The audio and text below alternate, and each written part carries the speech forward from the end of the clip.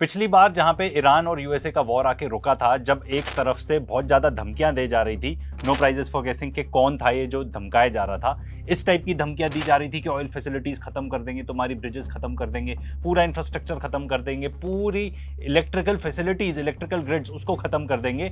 Basically अगर आप इसको ट्रांसलेट करो तो वो ये था that we will bomb you to the stone age. आज के डेट में तो एमओयू होकर कोलैप्स भी हो चुका है एंड हम फिर से उसी स्थिति में आ गए हैं जैसे कुछ महीने पहले थे। स्थिति एकदम ऐसे ये है क्योंकि same ditto almost word to word यही सेम थ्रेट डोनाल्ड ट्रंप दे रहा है। एंड आज के डेट में अगर आप मुझसे पूछो तो वॉर में और भी ज्यादा बुरी स्थिति है।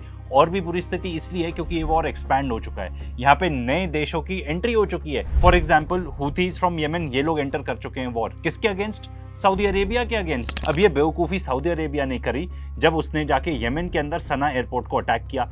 तब से इन दोनों के बीच में हम एस्केलेशन ही देख रहे हैं। सबसे पहले जो अंसार अल्लाह है, उनका एक्चुअल ऑफिशियल नेम हुथीज भी कहा जाता है उनको, उन्होंने ये बोला कि जो बाब अल मंदेब स्ट्रेट है ना, सऊदी अरेबिया, आप यहाँ से अपना बहुत सारा ऑयल निकालते हो, बहुत कुछ यहाँ से एक्सपोर्ट होता है आपका, ठीक है, इसको हम बंद कर देते हैं, आपके लिए बंद कर देते हैं। तो सऊदी अरेबिया को देखो मैप के ऊपर, ये अपना major export strait of Hormuz के थ्रू करता था। अब ये बताया जा रहा है कि सऊदी अरेबिया फ्रस्ट्रेट हो गया कि भाई मैं वहां से मेजर अपना एक्सपोर्ट नहीं कर पा रहा, इसलिए उसने जाके येमेन को बॉम्बार्ड कर दिया।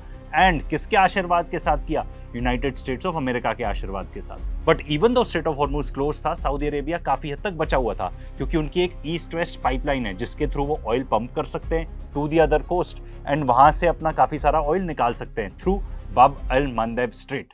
अब आप ये ग्राफ में देख सकते हो कि जब से स्ट्रेट ऑफ हॉर्मूज बंद हुआ तब से सऊदी अरेबिया ने दबा कर ये बाब अल मंदेब स्ट्रेट से अपना ऑयल एक्सपोर्ट किया है। अब देखो, ऐसा नहीं है कि अगर यहाँ पे बंद हो गया तो फिर सऊदी अरेबिया का गेम खत्म, ऐसा भी नहीं है बिल्कुल, बिकॉज इनके पास और भी तरीके हैं जिसके थ्रू ये एक्सपोर्ट कर सकते हैं। फॉर एग्जाम्पल सुएज कैनाल के थ्रू एक्सपोर्ट कर सकते हैं, इजिप्ट के थ्रू एक पाइपलाइन ले जा सकते हैं, वहां से एक्सपोर्ट कर सकते हैं। बट ये बहुत ही ज़्यादा मुश्किल है एंड बहुत ही ज़्यादा कॉस्टली है, बहुत ही ज़्यादा। तो एस्केलेशन और ऐसे होती है कि जो हुथीज हैं वो टारगेट कर देते हैं सऊदी अरेबिया के 2 ऑयल टैंकर्स जो यहाँ से रेड सी से गुजर रहे होते हैं, बेसिकली ये बताने के लिए कि भाई आपका ऑयल यहाँ से नहीं निकल पाएगा, हम यहाँ पर बैठे हैं। तो सऊदी अरेबिया और एस्केलेट करता है, जो येमेन का पोर्ट है हुदैदा उसको जाकर टारगेट करता है। तो टिट फॉर टैट स्ट्राइक्स में अंसार अल्लाह यानी कि हुथीज भी सऊदी अरेबिया को अटैक करते हैं। एंड ये पूरी दुनिया के लिए बहुत बुरी खबर है क्योंकि आप ये मत सोचो कि हम तो सब कॉन्टिनेंट में बैठे हैं तो हम तो इस सबसे शील्डेड हैं, बिल्कुल भी नहीं, क्योंकि ये लोग जाके अटैक करते हैं अरामको की रिफाइनरीज को, ठीक है, one of the biggest oil producing companies in the entire world, उसको जाके अटैक किया। और भी कई टारगेट्स हैं सऊदी अरेबिया के अंदर, उनको जाकर अटैक किया। एंड इराक से भी सऊदी अरेबिया की ऑयल रिफाइनरीज पर अटैक हुआ है। तो भाई ये वॉर तो एक्सपैंड हो चुका है। यूएसए भी रिलेंटलेस है, वो भी ईरान के ऊपर बमबारी करने से चूक नहीं रहा है। ऑल्दो पिछले 2 दिन से बहुत ज्यादा बमबारी हुई नहीं है। तो क्या क्या अटैक कर रहे हैं? सिविलियन इंफ्रास्ट्रक्चर को अटैक कर रहे हैं, ब्रिजेस को अटैक कर रहे हैं, एनर्जी फैसिलिटीज को अटैक कर रहे हैं एंड जो की पोर्ट्स हैं सच एज बंदर अब्बास उनको अटैक कर रहे हैं। तो majorly United States of America ये south western part of Iran में जो इनके वहां पे आइलैंड्स हैं, जो कोस्ट के पास जो जगहें हैं, उसको टारगेट कर रहे हैं। एंड काफी सारे सिविलियंस भी मारे जा चुके हैं। एंड ये सब सीज फायर कोलैप्स होने के बाद की बात है। ये भी बताया जा रहा है कि ईरान ने रिटेलिएशन में हिट करें कुवैत के अंदर पावर एंड वाटर प्लांट्स। अब कुवैत से तो इतनी तक रिपोर्ट्स आ रही हैं कि काफी जमकर रिबेलियन कर रहे हैं कुवैती लोग against United States of America. तो देखो, ये जो पावर प्लांट्स को हिट करना, वाटर प्लांट्स को हिट करना, ये बहुत ही डेंजरस टेरिटरी है। मतलब अगर ये सब एस्केलेट होके कंटिन्यू करता है, इवन दो इसी मात्रा में होते रहे बट लंबे टाइम तक होते रहे, तो ये जो पूरा रीजन है ये काफी साल पीछे चला जाएगा एंड एज अ रिजल्ट पूरी दुनिया भी काफी साल पीछे चली जाएगी क्योंकि यहाँ पे मेजर ऑयल प्रोड्यूसिंग नेशंस हैं। अब इसमें सबसे मेजर बात तो ये है कि इजराइल के ऊपर बिल्कुल भी नहीं अटैक कर रहा, वो यूएस बेसिस को टारगेट कर रहा है क्योंकि वो ईरान के पास है एंड उनको अटैक करना भी ज्यादा आसान है। उनके पास कई number of missiles and drones हैं जो इनको यूएस बेसिस को टारगेट कर सकती हैं क्योंकि वो विद इन रीच हैं ज्यादा। तो ये Bahrain, Kuwait, Qatar, Jordan, Iraq, इन सब के अंदर जितने भी यूएस बेसिस हैं उनको अटैक किया जा रहा है। अनकन्फर्म्ड रिपोर्ट्स ये भी हैं कि यूएई के अंदर कुछ बेसिस हैं यूएस के, उनको भी अटैक किया है। अब जॉर्डन के ऊपर भी अटैक किया, ये बहुत नोटेबल है क्योंकि ये ईरान से थोड़ा सा दूर है, बट बिकॉज आसपास के जो बेसिस हैं वो बहुत भारी मात्रा में अटैक के अंदर आ रहे थे बाय ईरान, तो यूएस ने अपना काफी सारा मिलिट्री एयरक्राफ्ट जॉर्डन में शिफ्ट कर दिया था।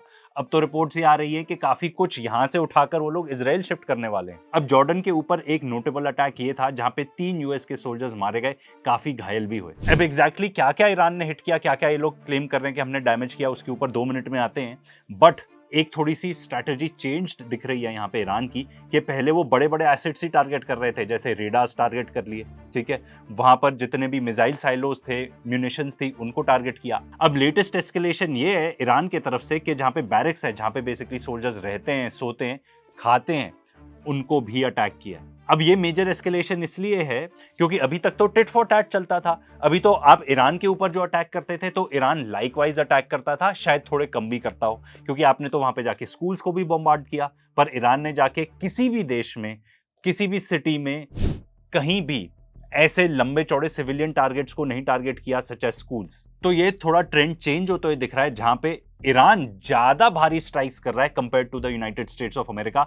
वो सारी चीजें टारगेट कर रहा है जो उसने पहले टारगेट नहीं की थी। इससे ये भी हमें समझ में आता है कि यूएस बेसिस के अंदर जितने भी लिमिटेड टारगेट्स थे, देखो एक एयरबेस है, ठीक है, वहां पे क्या क्या चीजें होंगी, वहां पे आपके रेडार्स होंगे, हैंगर्स होंगे, आपके म्यूनिशन साइट्स होंगी जहाँ पे आप बहुत सारा स्टॉक पाइल रखते हो, फिर एंड में आएंगे बैरक्स जहाँ पे सोल्जर्स रहते हैं। वो एक ऐसा टारगेट है जिसको टारगेट करके आपको सबसे कम रिटर्न मिलता है कि भाई वो तो सोल्जर्स हैं, उनको मार के इतना क्या फायदा जब आप बाकी सब चीजें पूरा एयरबेस ही डिसमेंटल कर सकते हो। But because Iran is going after the barracks now, तो ये साइन है कि भाई अब there is nothing holding us back. दूसरा ये भी साइन है कि और बाकी जो टारगेट्स थे वहां पे उन बेसिस में वो शायद खत्म ही हो चुके हैं। एक और जो ईरान ने थोड़ा और एक्सपैंड किया अपना टारगेट, वो ये है कि सीरिया के अंदर एक यूएस का स्पेशल ऑपरेशन यूनिट है, उसको भी टारगेट किया उन्होंने। एंड ये कोई कोइंसिडेंस नहीं है कि ट्रंप भी सीरिया को पुश कर रहा है कि भाई तुम जाओ, ठीक है, अल जोलानी को बेसिकली पुश कर रहा है कि तुम जाओ और हिजबुल्लाह को अटैक करो, क्योंकि इजराइल से तो नहीं संभल रहे वो लोग। इसके अलावा ईरान ने बहरीन के अंदर अटैक किया अमेजोन के एक डेटा सेंटर को, जो कि काफी सारा डेटा देता है टू सेंटकॉम। अब देखो ये बात क्लियर हो चुकी है कि अमेरिका हाइड कर रहा है, कितने कैजुअलिटीज हुई हैं, कितने लोग मारे गए हैं, कितने घायल हुए हैं, उन सबको हाइड कर रहा है। मतलब कभी कुछ रिपोर्ट आती है, कभी कुछ रिपोर्ट आती है। अभी लेटेस्ट तो CNN की रिपोर्ट ये बता रही है कि 18 ट्रूप्स टोटल मारे गए हैं एंड 624 वुंडेड है। एंड ये कितनी सारी सैटेलाइट इमेजेस आ रही हैं यूएस बेसिस की, जिससे ये पता चल रहा है कि बहुत भारी नुकसान हुआ है यूनाइटेड स्टेट्स ऑफ अमेरिका को। इनफैक्ट वन कुड इवन से कि ईरान यहाँ पे शतरंज खेल रहा है अमेरिका के अगेंस्ट, क्योंकि जितने भी आसपास वाले बेसिस हैं उन सबको टारगेट कर लिया, उनको एकदम ऐसा बना दिया कि आप उसको यूज ही नहीं कर सकते। इससे ये समझ में आ रहा है कि ईरान फोर्सिबली अब अमेरिका को यहाँ से इस पूरे रीजन से हटा देगा।